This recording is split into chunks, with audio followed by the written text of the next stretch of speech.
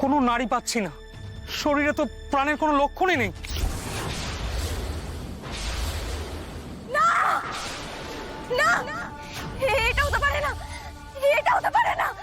জিজি, জিজি তুমি আমাকে ছেড়ে কোথাও যেতে পারো না, কোথাও যেতে পারো না জিজি, তুমি আমাকে ছেড়ে তাকাও আমার দিকে। জিজি, জিজি তাকাও আমার দিকে।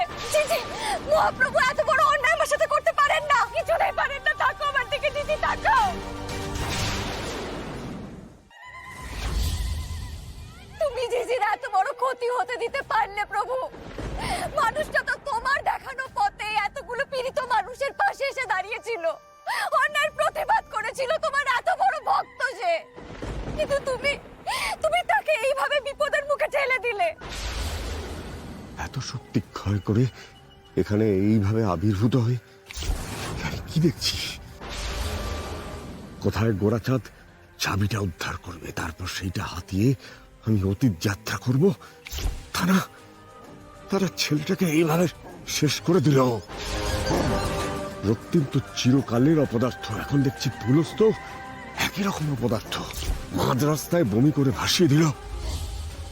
এখন আমি কি করবো, কি করবো? আমি মানব না, আমি মানব না, আমি কিছুতেই মানব না। তোমাকে জিজিকে সুস্থ করে দিতেই হবে। তুমি এইভাবে জিজিকে কেড়ে নিতে পারো না। আমি আজকে তোমাকে বলে দিচ্ছি, তোমাকেই রক্ষা করতে হবে জিজিকে, উদ্ধার করতেই হবে জিজিকে।